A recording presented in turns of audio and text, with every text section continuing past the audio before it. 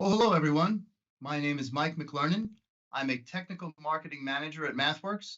I've been with the company since 2001, working in various wireless development and marketing activities all that time.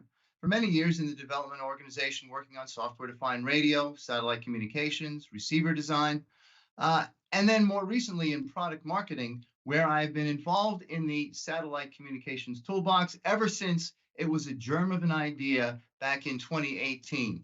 I am delighted today to bring to you a presentation on satellite scenario modeling and SatCom link simulation in MATLAB. So here are the major areas that we will cover today. We'll motivate the reason that the toolbox exists. We'll talk about orbit propagation visualization and these other categories that you see here. So without any further ado, let's introduce the topic. First off, SatCom design challenges are far-ranging. In the first place, you need to establish what kind of satellite constellation will I use? What are my orbits? Do I use polar orbits, equatorial, circular, etc.? Got to work on visibility and link analyses. Very important initial stage. Once you settle that, then you have to worry about power budget analysis, where you're worried about antenna sizes and HPA powers and backoffs and perhaps digital pre-distortion. So making sure the power budget works, that's essential as well. Let's say you get that squared away. Then you have to worry about sometimes waveform design, but at the very least, transceiver design, where you're worried about RF or even optical comms, very sophisticated carrier tracking loops for, say, DVB-S2. The challenges are many. On top of that, there are many SatCom standards, not just one, say with 5G or Wi-Fi, but you have a family of DVB-S standards. Increasingly, 5G is becoming a satellite concern. There are many, many different sat-nav standards, GPS, Galileo, GLONASS, you name it. And if you're doing satellite housekeeping, then you also have to worry about CCSDS for both telecommand and telemetry. A wide menu of standards. The challenges really are established in 4 areas. First off, you as a SatCom engineer, you have to worry about orbit propagation and visualization. You need tools that will be able to propagate orbits and show them in a compelling, stunning fashion. So you need to get orbits from TLE files. You need to be able to choose what kind of orbit propagator you want, and then the all-important visibility analyses and the comms link closure analyses, and then the visualizations that you would expect from any tool of this nature. On top of that, you need to do link budget analysis. Whereas link budgets are important for terrestrial links, they are essential for satellite links. You want to be able to analyze up and down and cross links. You want to be able to customize your budget to your own desires. You want to be able to visualize results. Next, you want to be able to generate waveforms. If you are verifying a receiver chip, if you are doing end-to-end link simulation, you need a standard compliant, standard-based waveform. And probably in these standards that we've talked about on the previous slide and that you see here. On top of that, it's always helpful to be able to do end-to-end simulations that incorporate channel models. And I'll tell you something about channel models. When I first started on this product 5-6 years ago, I thought, how many SatCom channel models can there be? Boy, was I proven naive. There are more than you can shake a stick at. We'll talk about some of them later.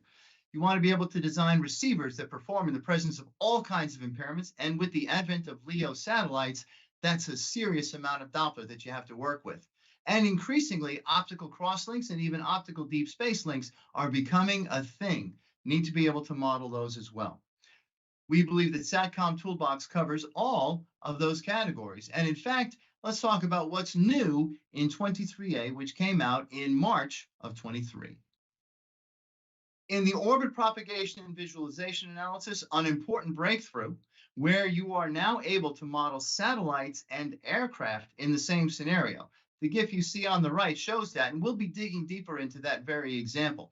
By the way, this technique is extendable to other assets as well. On the link budget analysis front, you can now generate MATLAB scripts from an analysis. That creates all kinds of opportunities to extend one analysis that you really like. In the waveform generation, we're on a GPS story, And there is an example that now simulates the L1C modulation or waveform with Bach modulation. Finally, on the end-to-end link simulation front, there's an example that shows high photon efficiency telemetry optical link. As I mentioned, optical comms is becoming more and more important in this world of LEOs and massive constellations. And we are on a journey to model that both in power budget land and also in waveform simulation land. You'll see that we're making progress in that area.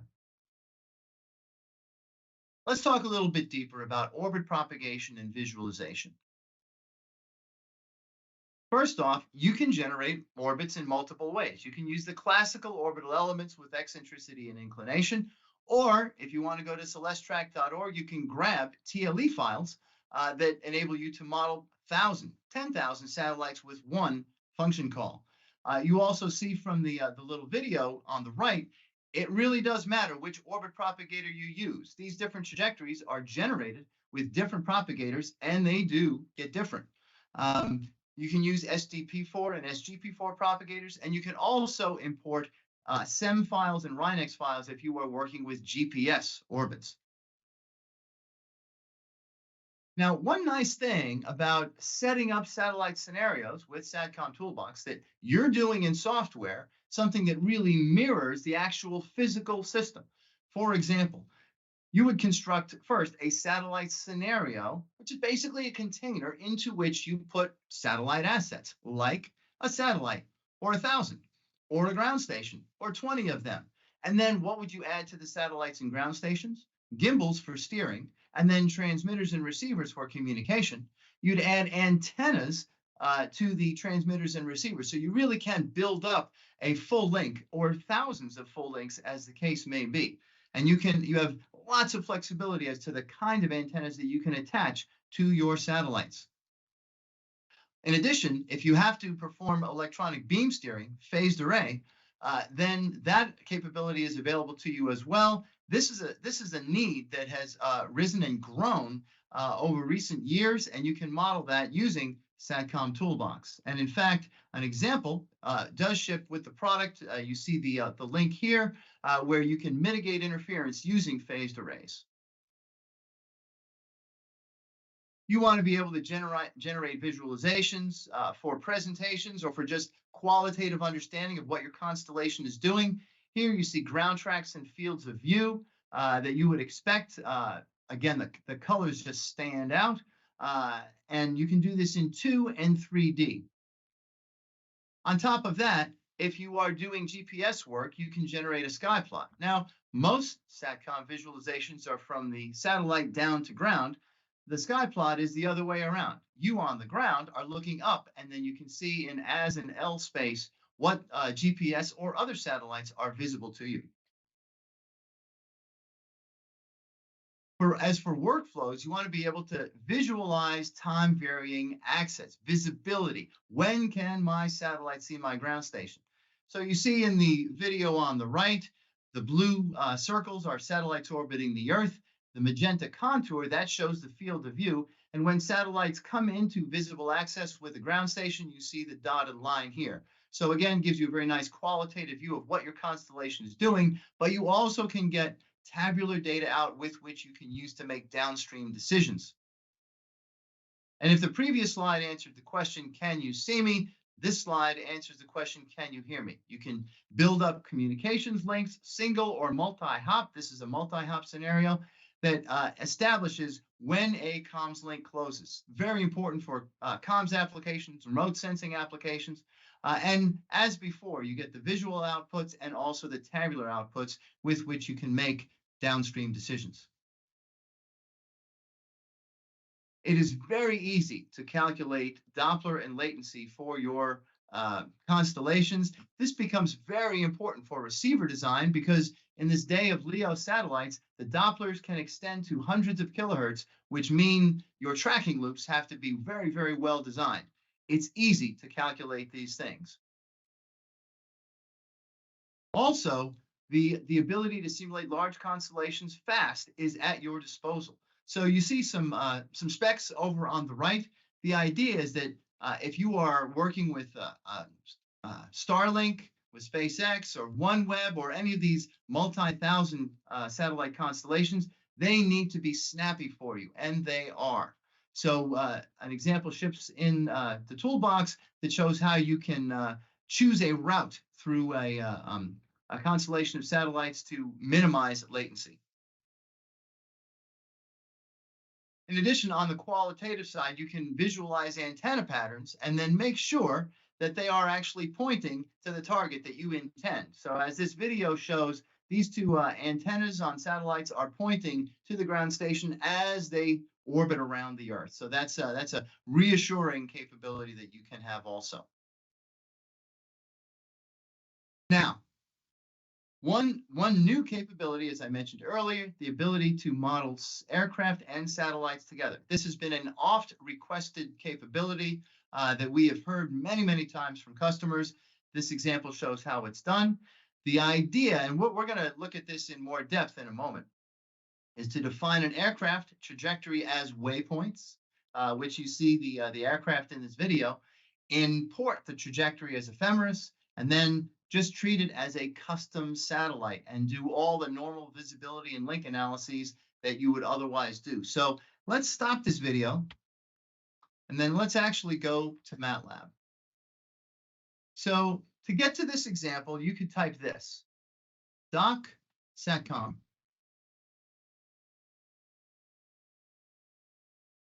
And these are, this is the front page of the documentation. Go to examples.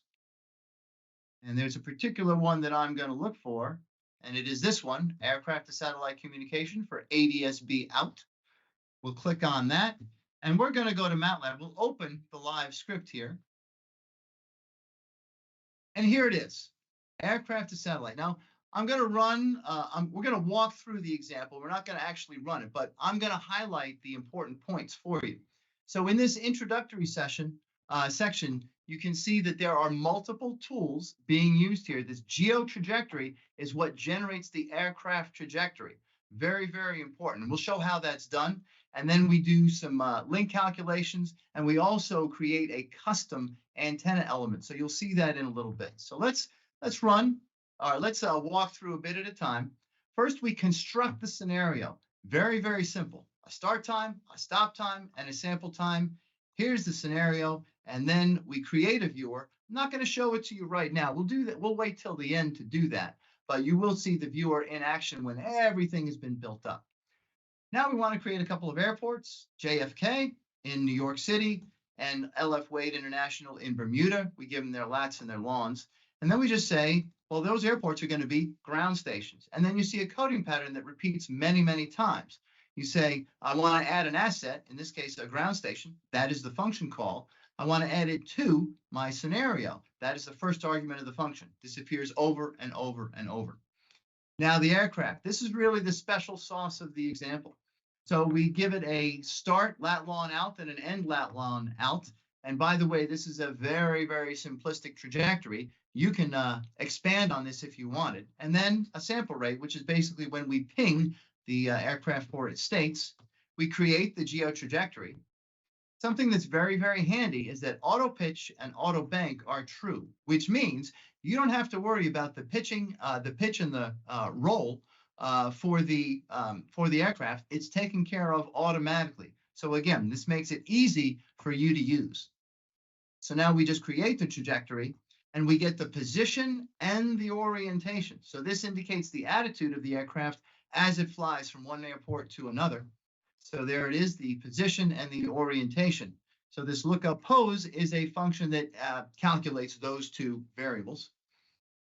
Then what we're going to do, and this is an important piece, we create the aircraft position as a timetable and the orientation as a timetable, and then we go ahead and retime it so that it can be imported into the satellite scenario. Remember, hasn't yet been imported into the satellite scenario, but it will be. And so we're just preparing this timetable so that it can be imported. And then we're going to go ahead and show on a base map the path from New York, JFK, to Bermuda. That's one way to visualize the data. Now we say this is really the linchpin of the example. We say the aircraft is simply a satellite that we add to our scenario. That's all. And then we say we want to point the aircraft according to the orientation that we have previously defined with the geo trajectory. And then we just use a northeast and down coordinate frame. That is really the capability that enables you to model the aircraft and other assets. Okay, then we're going to create a satellite constellation. This happens to be the Iridium satellite constellation, which is 11 different orbital planes. I'm sorry, hang on. We have 6 orbital planes with 11 satellites per plane. And then it's simply a Walker Delta constellation. And then we add conical sensors for a visibility analysis. Then we actually perform a visibility analysis, and we say, okay, well, this is I believe an hour or an hour and a half flight time, and we say that well, the duration from the visibility duration from the satellite to JFK was longer than this, roughly 2 hours to JFK, and then roughly 2 hours to LF Wade. And then we're going to actually show the visibility between the satellites and the aircraft. And so you see, we've got 66 satellites, and the blue stripes indicate when they can see the aircraft. And so you see that over the entire course of the simulation, which is 6 hours actually, there's always at least one satellite in view. Now we want to do a link analysis. So we first want to create a receiver and antenna. So first we create the transmitter. We add the transmitter to the aircraft. It's a very simple specification. We just say, here's my output power, here's my frequency, and you're basically done. Same thing with the receiver. We say the antenna is the antenna that we created up here, which is just an omni. And then we want to show the pattern. And in this case, we actually want to use the custom 48 beam antenna because each of the 66 Iridium satellites have 48 different spot beams that they can use. That's what we want to model. So we skip the isotropic part, and we want to simulate the custom 48 beam antenna. So we have a little helper function that creates that 48 spot beam. We create a receiver on the Iridium satellites. And again, very simply specified, we say that here's the antenna, and then there's the play command. Here's a still shot of what you will see in a little while. And then we want to figure out the link closure times. So we establish a link object, and then we just calculate the EBN0 over time. What does that yield us? Well, at the beginning of the flight, when the aircraft is near JFK, the link margin is very high because the aircraft can communicate directly with the airport. The distance is short, but as it flies farther and farther away from the airport, the link margin gets worse. Ultimately, no more visibility of the airport, got to communicate with the satellites. The link margin gets worse, but it's always positive. And then when the aircraft can see Bermuda, then the link margin, then it communicates directly with the airport, and the link margin climbs again as it approaches the airport. And that is it for that example. And let's go ahead and show this in action.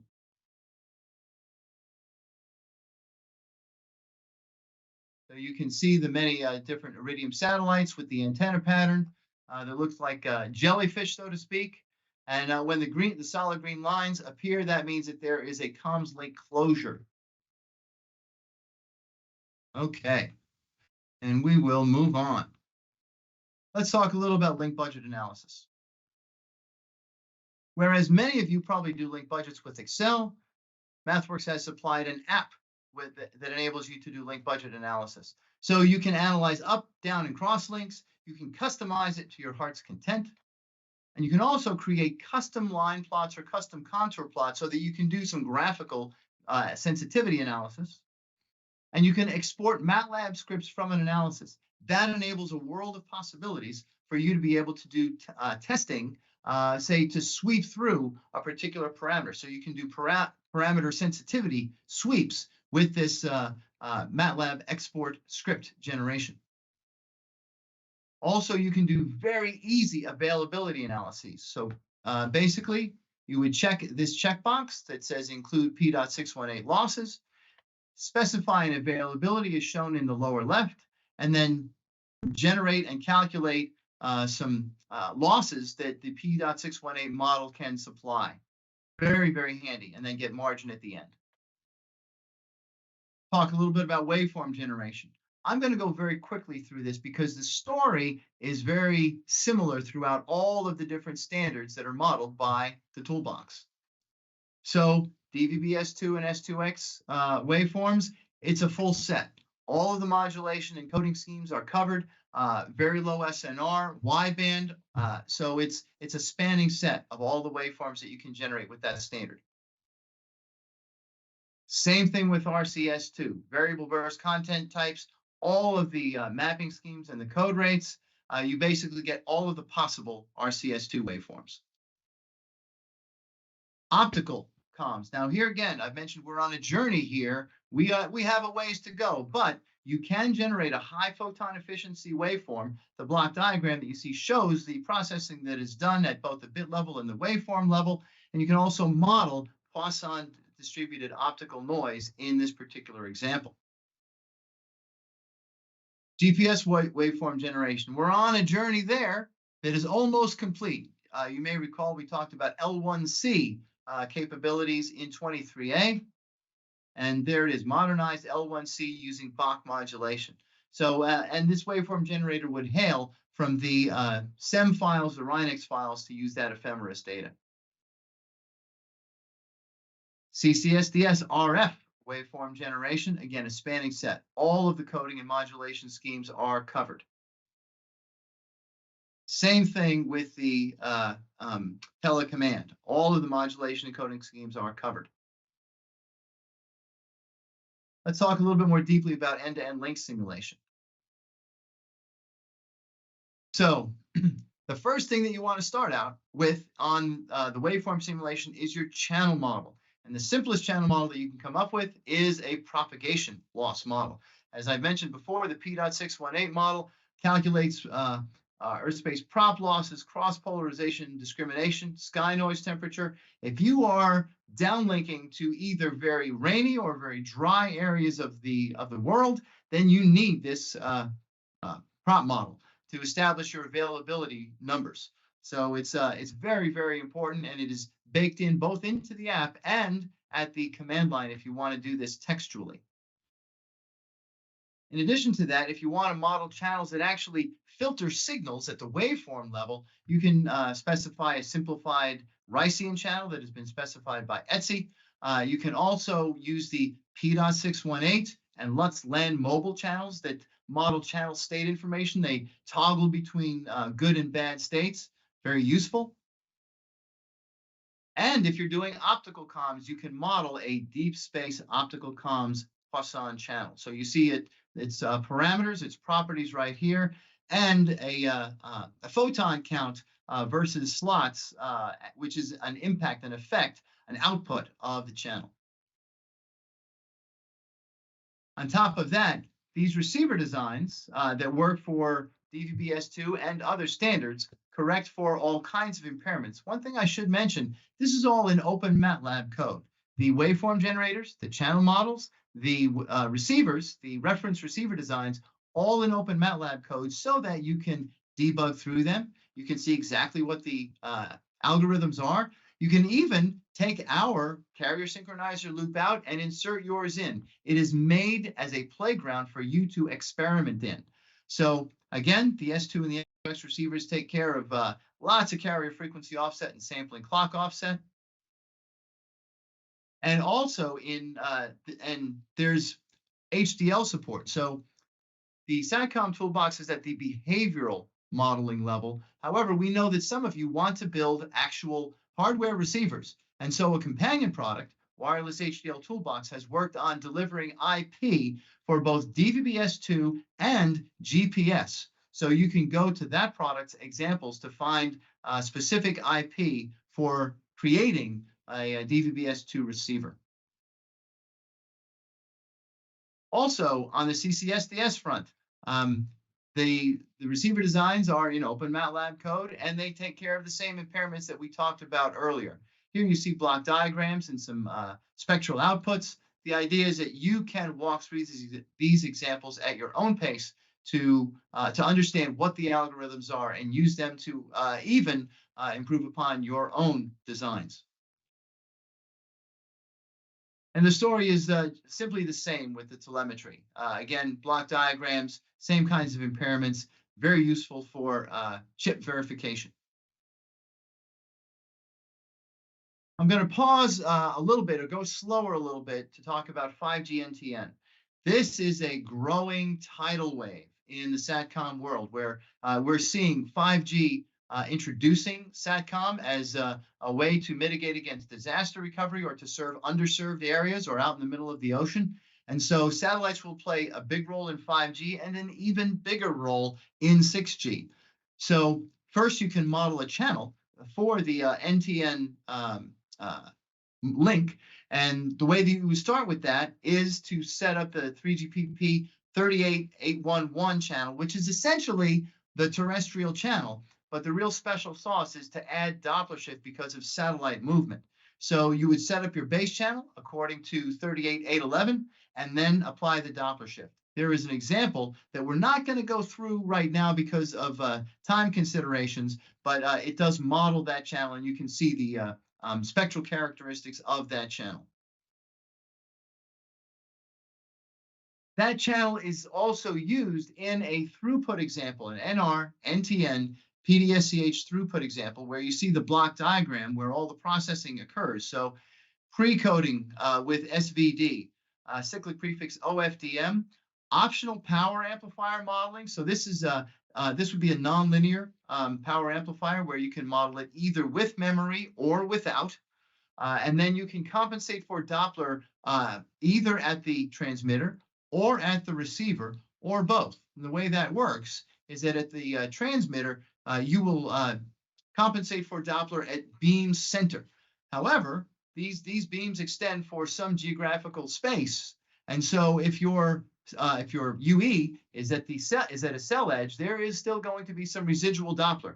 If you set up the receiver Doppler compensation, as you see in the lower right, then that will remove that last little bit of Doppler that is not at beam center. And then you go through all of the receiver operations with timing sync, OFDM demodulation, channel estimation, and then the equalization with a frequency domain equalizer, common phase error estimation correction, and then the bit operations. So it's a very complete example, and the idea is to get what is my throughput as a function of SNR, all open MATLAB code.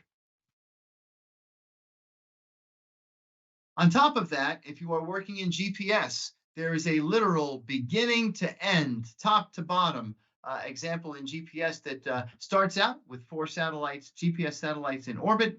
They create their downlink waveforms, and they are at different distances from a GPS receiver. So you will see different delays and different received power levels. All that is modeled. They are aggregated into a single composite waveform, and then the fast processing occurs before despreading with initial sync and then tracking. And then once the despreading operation occurs, then you go to bit sync and frame sync. You finally decode data and come up with a position estimate for a receiver on the ground.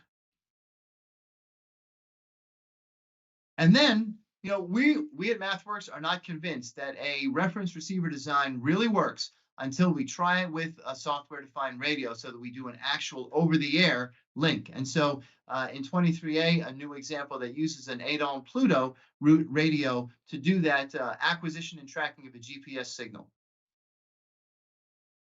And then the output is the synchronized BPSK signal that many of you GPS practitioners are familiar with. A little bit on live satellite data access. Maybe some of you need live satellite data, and you have perhaps heard of a capability called AWS, Amazon Web Services Ground Station, where it is basically ground station as a service. You don't have to build the ground station. but you can get access to the data. Now, MATLAB doesn't provide you with the account information to be able to access AWS Ground Station. That would be for you to do, but you can use a MATLAB example and MATLAB APIs to access that that data. And you might want to use that data for receiver verification. In fact, we have done that very thing for remote sensing applications, and then even satellite control, which does require an additional level of permission. But the benefit is that you don't have to build a multi-million-dollar ground station, and you get secure data access. Let's summarize. In summary, SatCom Toolbox gives you orbit propagation visualization capability, an ability with an app to calculate static link budgets, which actually, with some very simple coding constructs, you can convert into a dynamic link budget analysis by combining with the orbit propagation and visualization capability. Lots and lots of standards where you can get standard-based waveforms and reference receiver designs to do bit error rate calculations, packet error rate calculations, throughput calculations, a wide variety of analysis. And you get access for these link simulations to the full MATLAB source code. A call to action. If this is interesting to you, take a look at some of the websites here, the product page, some of the toolbox videos with the link that you see, and from a more broad perspective, the wireless comm solution page, whose link that you see here. And with that, I thank you very much for your time. I hope that this was informative for you. Bye-bye now.